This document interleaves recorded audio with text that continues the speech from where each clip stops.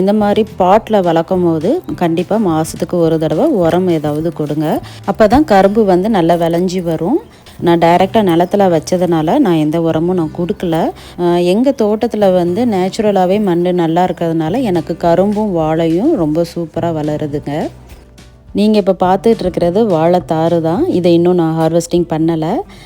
ஏற்கனவே வாழைத்தண்டு வாழைத்தாறு ஹார்வெஸ்டிங் வந்து அப்லோடு பண்ணியிருக்கிறேன். அதோட லிங்க் டிஸ்கிரிப்ஷன் பாக்ஸில் கொடுக்குறேன், செக் பண்ணி பாருங்கள். நீங்கள் இந்த வருஷம் பொங்கலுக்கு வாங்குகிற கரும்பை இந்த மாதிரி கட் பண்ணி வச்சு வளர்த்திங்கன்னா அடுத்த வருஷத்துக்குள்ளே கரும்பு விளைஞ்சிரும்.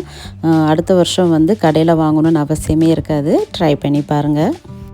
அவ்வளோதாங்க. இந்த வீடியோ யூஸ்ஃபுல்லாக இருந்துச்சுன்னா லைக் கொடுங்க, ஷேர் பண்ணுங்கள். மறக்காமல் தேவிஸ் நேச்சர் வேர்ல்டு யூடியூப் சேனலை சப்ஸ்கிரைப் பண்ணிக்கோங்க. அனைவருக்கும் இனிய தை திருநாள் நல்வாழ்த்துக்கள். Happy Pongal and happy Sankranti. Thanks for வாட்சிங்.